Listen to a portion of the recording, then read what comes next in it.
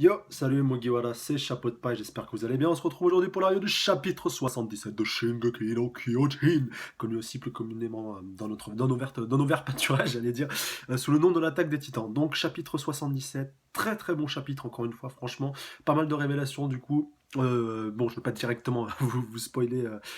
ce qui s'est passé dans le chapitre, vu que ça va être surtout en fait du flashback, mais à la fin, vous inquiétez pas, on va revenir du côté de Reiner et compagnie, vous inquiétez pas, ça va se décanter. Mais je pensais que c'était mieux quand même de démarrer, enfin, un peu comme Isayama Sensei l'a fait dans ce chapitre-là, c'est-à-dire de nous donner un flashback, enfin c'est un petit peu un double flashback, parce qu'il y aura un flashback un peu plus ancien, un flashback un peu plus récent, mais bon, les deux seront un peu plus complets pour nous permettre un peu de comprendre ce qui s'est passé par rapport à Reiner, donc au chapitre précédent. Et donc, euh, et donc d'un petit peu plus appréhender ce qui va se passer donc dans les prochains chapitres. Donc je vous donnerai comme d'habitude ma théorie en fin de review. Et comme d'habitude, le lien de chapitre est dans la description si vous n'avez pas encore lu cet excellent chapitre. Donc je démarre directement. Alors, on démarre directement en fait sur un flashback donc qui avait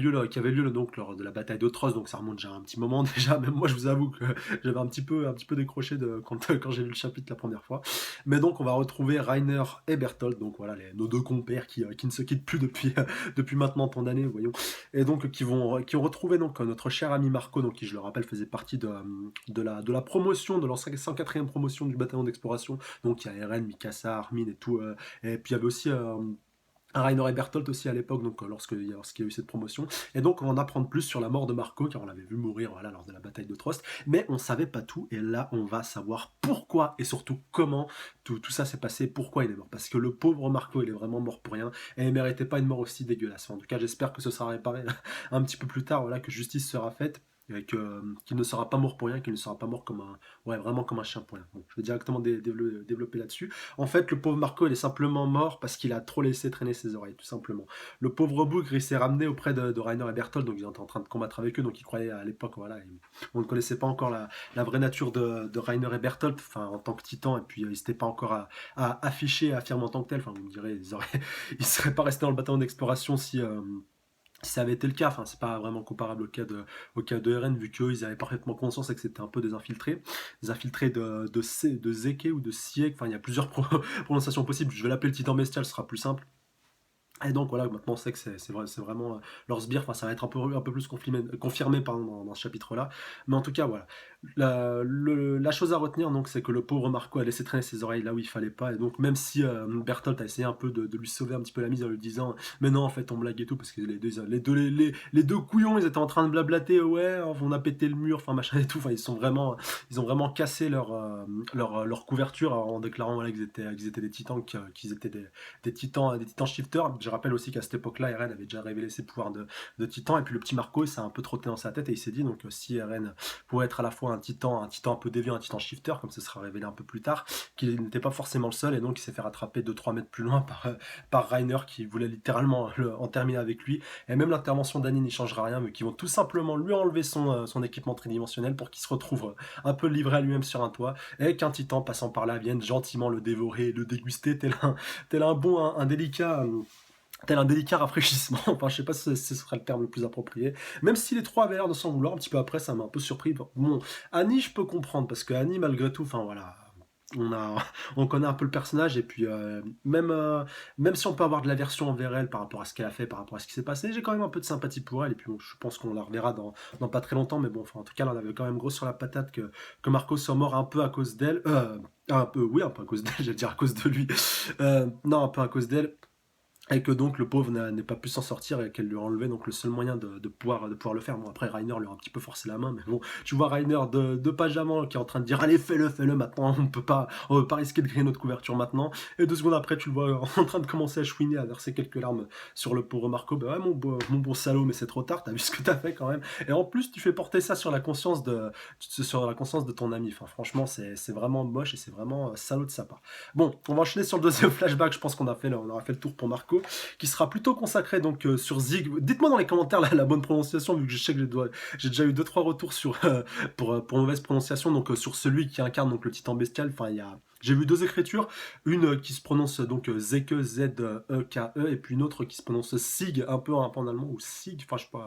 je sais pas si je prononce bien, donc qui s'écrit S-I-E-G, enfin en tout cas dites-moi dans les commentaires c'est quoi la bonne prononciation pour lui, bordel, parce que c'est quand même un personnage important, et je pense que ce serait un minimum de respect pour lui, un minimum de respect pour les fans de SNK qui me suivent, que de ne pas écorcher son nom. Donc voilà, dites-moi dans les commentaires si vous connaissez la bonne prononciation, merci d'avance. Donc on va retrouver nos trois compères, donc voilà, notre fameux titan bestial, donc Rainer et puis Berthold, donc réunion de titans shifters. Franchement, c'est dommage, j'aurais bien aimé avoir une réunion avec tous les titans shifters. Enfin, bah là, il manquait Ymir, Annie et puis Eren, mais bon, peut-être que ça se fera un petit peu plus tard. Enfin, je sais pas, je tease un petit peu, mais pourquoi pas plus tard, ce sera intéressant de voir tous les titans présents et qu'il puisse y avoir quelque chose de révélé. Enfin, laissez-moi un peu développer un peu mon idée que si vous voulez, qu'il faudrait que tous les titans un peu déviants, enfin pas déviants, que tous les titans shifters soient réunis et que donc tous ensemble ils puissent invoquer ou activer quelque chose qui permettrait d'éradiquer les titans. Enfin, je sais que je pars un petit peu loin dans certains délires, vu qu'on sait que c'est Ren quand même le titan principal, mais je pense quand même que réunir tous les titans, ça pourrait être intéressant pour faire évoluer un peu l'intrigue de manga. Bon, déjà, ce serait une énorme baston générale et je garde un petit espoir que ça se produise, pourquoi pas, hein, dans l'avenir, dans SNK, ça serait vraiment intéressant. Mais en tout cas, voilà, que tous les titans shifters soient présents, ça serait extrêmement intéressant. Et donc, pour revenir à notre ami le titan bestial, donc il déclare à Reiner en fait que si le plan, enfin si s'il n'est pas à la hauteur, si vous voulez, du rôle qui lui a été confié, on va te nexter, on va te dégager, enfin voilà, et puis je refilerai franchement, cette phrase m'a fait bader. Il dit, on refilera le titan bestial à quelqu'un, le titan cuirassé, pardon, à quelqu'un d'autre. Genre le gars, ouais, en fait, Reiner, tu conviens pas, donc tu dégages, et puis je prendrai un autre clampin, je lui filerai tes pouvoirs de titan cuirassé, enfin le mec il a pris quoi? Enfin, tu te poses vraiment pas mal de questions par rapport à ça. Tu te dis, mais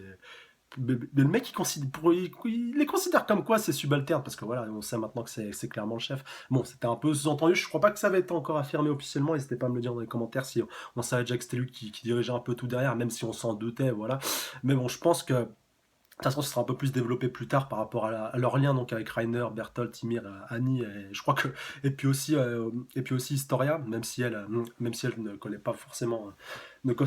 connaît pas forcément pas tout, mais on sait qu'elle a un rôle assez important de par sa filiation avec la famille Reiss, sa descendance, et puis aussi par rapport à Eren, tout ce qui s'est passé avec sa grande sœur. Enfin voilà, vous voyez à peu près le topo. Et donc dans ce deuxième flashback, on voit donc la réunion un peu au sommet, normal, au sommet du mur, donc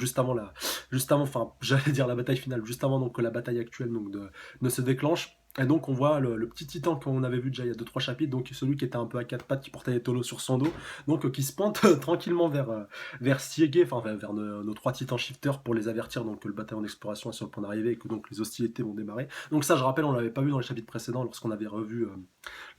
les titans, enfin lorsqu'on avait vu Rainer et Bertolt donc qui se préparaient pour cette bataille-là, pour cette bataille décisive. Enfin, c'est pas vraiment une bataille finale, pas encore, enfin je pense pas, ça m'étonnerait, mais une bataille vraiment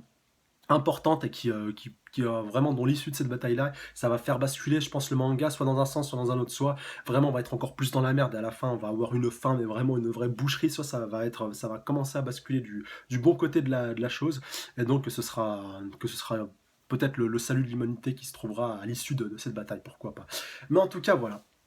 Et donc ce flashback là se termine donc après voilà qu'il a un peu sermonné, qu'il a un peu briefé ses troupes, notre ami le titan bestial. Et donc si je dis pas de bêtises, il mentionne quand même deux éléments assez importants. Je crois qu'il mentionne l'axe, donc qu'il faut qu'il récupère l'axe. Donc je pense que c'est Eren vu qu'il est là, vu qu'il a le cri, il est la clé de tout. Après dites-moi dans les commentaires si ça avait déjà été mentionné l'axe, parce que je crois que ça avait déjà été cité, même si je l'ai pas retrouvé. Enfin j'ai un peu farfouillé avant d'enregistrer cette vidéo et j'ai pas retrouvé de mention précise de l'axe. Et donc il parlait aussi de éradiquer enfin donc cette malédiction. Donc je pense que c'est une malédiction qui a fait que voilà, comme maintenant c'est un petit peu confirmé, enfin c'est un petit peu confirmé, c'est pas vraiment confirmé je pense à 100%, donc que les titans, on va dire que les titans classiques si vous voulez, qu'on un petit peu à la place du cerveau et descendent de certains hommes, donc qui a suite à des expériences, enfin voilà, vous voyez à peu près le topo, mais bon, je pense que je ferai peut-être une vidéo de théorie pour un peu plus exposer tout ça, ou peut-être dans les prochaines reviews, je sais pas, on verra comment tout ça, ça se goupillera, mais qu'en tout cas, tous ces éléments sont liés, et donc à cause d'une malédiction, et donc que le seul moyen de pouvoir éradiquer cette malédiction serait peut-être soit de réunir donc tous les titans shifters, comme je le disais précédemment, euh, enfin, ou qu'ils se fassent tous dévorer par un seul et même titan, et donc qui peut-être qui puisse obtenir le pouvoir un peu ultime et qui permettrait donc d'éradiquer tous les titans, même si je trouve que ce serait un petit peu bizarre de la part donc du titan bestial, vu qu'on sait que lui il est plus de leur côté à eux. Enfin voilà, je me perds un petit peu en conjecture, mais bon, il y a pas mal de possibilités, il y a pas mal de théories, enfin il y a pas mal d'avis, mais bon. On va pas trop, on va pas trop spéculer, sinon on va un petit peu se perdre. Mais donc, pour finir par rapport à cette malédiction, je pense quand même, voilà, c'est mon avis que donc le titan bestial et le père d'Eren ont été, enfin c'est peut-être des scientifiques il y a un certain temps, et donc ils ont essayé de mener peut-être des petites expériences, et donc ça a résulté de ce qui s'est passé, ce qui s'est passé aujourd'hui, et que le père d'Eren donc savait comment éradiquer le mal, donc il fallait déjà qu'il récupère le cri d'Historia, il l'a confié à son fils, plus ce qu'il a laissé donc dans sa cave, et qui pourrait peut-être permettre enfin de guérir un petit peu de guérir un petit peu les titans, et donc de les d'éradiquer directement les titans de la surface de la Terre. Mais bon, après, voilà, peut-être on en apprendra plus prochainement, et je pars un peu en conjecture. En tout cas, laissez-moi vos avis dans les commentaires par rapport à tout ça, et n'hésitez pas à me laisser votre théorie aussi par rapport à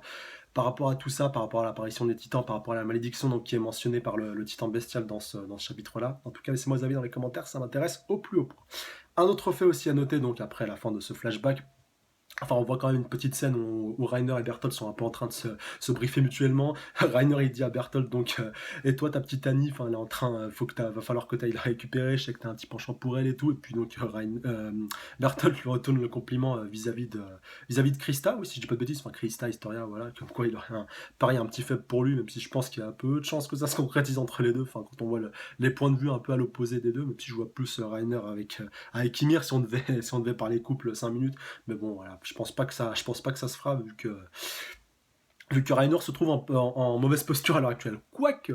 on va pas trop partir trop loin, mais bon, Bertolt reste quand même un élément assez important, enfin, un personnage vraiment qui est, je dirais, central avec le titan bestial dans ce chapitre. On voit donc un peu son appréhension déjà au début avec Marco, donc comment il ressent la chose, comment il l'aperçoit. Pareil après avec Reiner, donc qui le brief et qui lui dit donc maintenant tu vas devoir vraiment te donner à fond de par ton pouvoir, voilà, de titan colossal, et de vraiment t'es vraiment un élément clé, un élément extrêmement important, et donc que tout va dépendre de toi, que tu vas devoir vraiment te donner à 200% pour que cette mission réussisse, et qu'on puisse arriver à capturer Eren, et donc à mener à bien le plan de notre ami le titan bestial.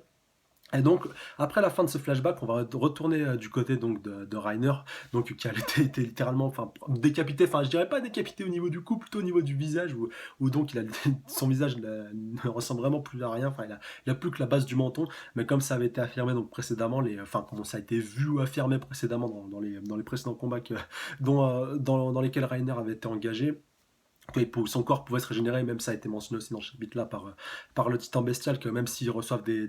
si vous voulez, un peu des sérieux dommages, des blessures vraiment très sérieuses, qui pourraient toujours se régénérer.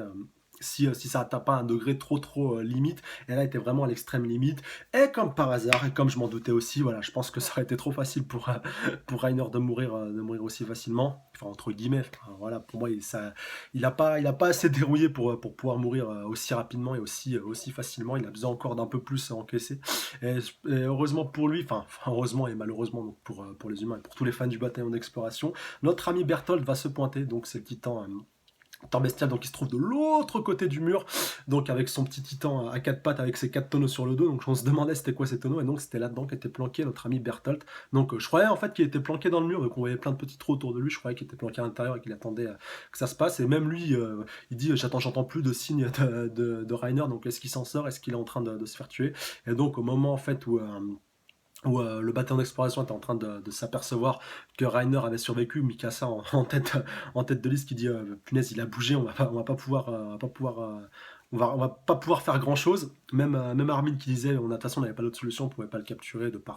par son statut, et puis de par sa consistance, et de par ses capacités en fait de manière générale. Et donc en fait on voit littéralement qu'il est en train de commencer à se régénérer, et donc au moment où il voulait lui porter le coup fatal avec une deuxième salve qui ce coup-ci lui aurait été à coup sûr fatal, on voit donc notre ami le titan bestial qui balance Bertolt dans son tonneau par-dessus le mur principal. Et donc même je crois que le Major Erwin l'a repéré. Enfin, je sais pas qui c'est qui gueule ça à ce moment-là, dans la fin de ce chapitre. Donc, le titan bestial est en train d'arriver, donc cassez-vous. Et même Armin, voilà, Armin qui est vraiment un personnage que je kiffe vraiment au plus haut point, donc est capable de vraiment d'analyser, même si au début, voilà, on le considère un peu comme la poule mouillée. On voit qu'il déclare vraiment sur la fin de ce chapitre: cassez-vous, tirez-vous, c'est le titan bestial qui se pointe, ça va tout exploser de partout. Et puis là, tu vois, franchement, j'aurais vraiment aimé qu'on voit vraiment, on voit Bertolt se transformer en titan vraiment dans les airs. Bon, je pense qu'on le verra